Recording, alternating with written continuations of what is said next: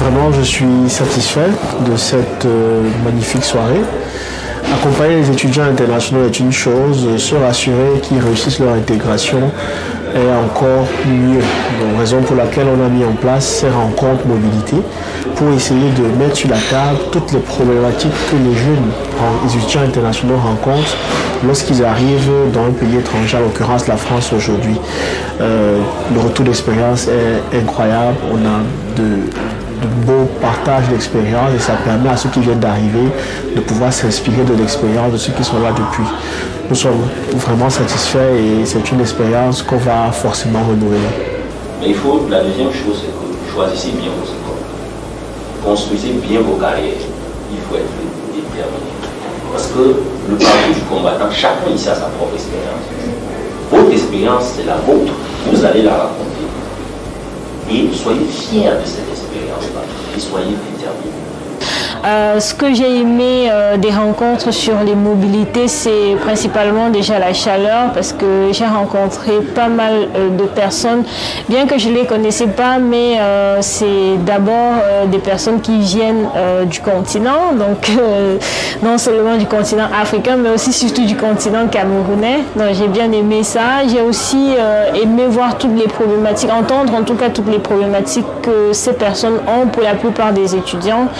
Ça m'a fait penser un peu à mes tout débuts en France et j'ai très envie aussi d'apporter ma contribution telle qu'on me l'a donnée et de leur apporter un plus en termes de retour d'expérience et pourquoi pas des accompagnements pour les aider à mieux s'intégrer en France.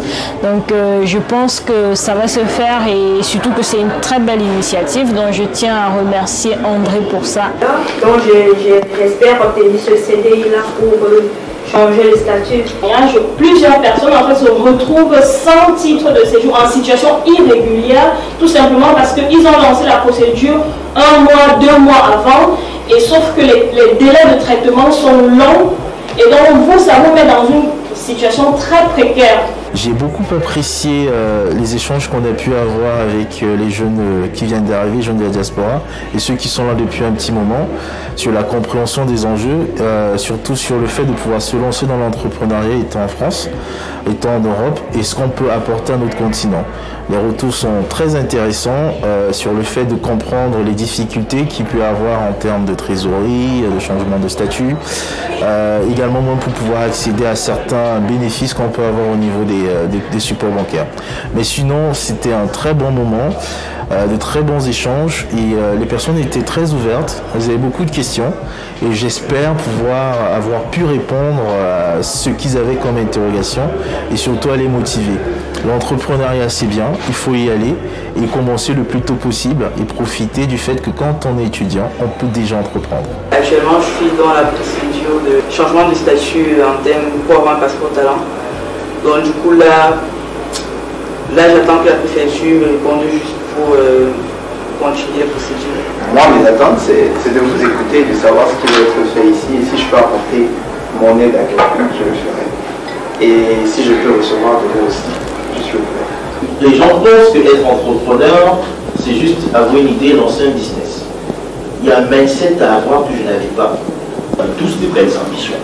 Mais si vous n'investissez pas sur vous, c'est-à-dire en termes de formation, déjà, ce que vous faites, c'est déjà ça. Mais tout, ne négligez rien. Par exemple, des PME qui souvent ne savent pas trop comment ça se passe en droit de l'immigration, ils ne savent pas trop comment se passe une procédure d'autorisation de travail pour un étranger. Si elle a des doutes, rassurez-la, dites-lui que vous pourrez le faire, qu'elle peut vous donner mandat pour faire la procédure, c'est pas quelque chose de compliqué. Alors cet événement, il a été vraiment très enrichissant.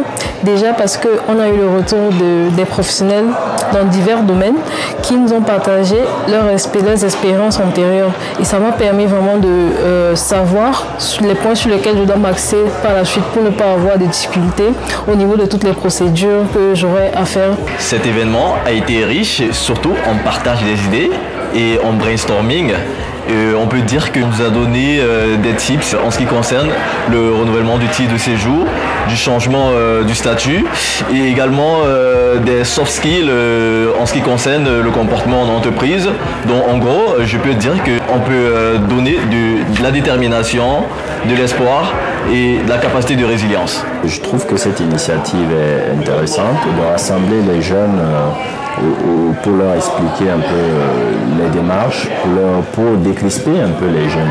Parce qu'à notre époque, on n'a pas eu cette chance d'avoir des canevas pour discuter, pour aborder certains sujets dans la réussite de nos études en France, dans l'insertion professionnelle. Donc nous trouvons que ça c'est un format intéressant où nous venons partager nos expériences communes, nous venons partager certains codes aux personnes qui arrivent ou bien aux personnes qui entrent dans le monde de l'emploi pour leur éviter certains écueils, certaines frustrations. Donc le but est vraiment de les accompagner, de les mentorer au maximum pour qu'ils puissent à la fois fréquenter sereinement pour extraire la meilleure d'eux-mêmes et à la fois s'insérer assez plus ou moins facilement dans le monde de l'emploi. Donc moi je pense que c'est une expérience à renouveler et les jeunes qui sont passés ont été plutôt satisfaits.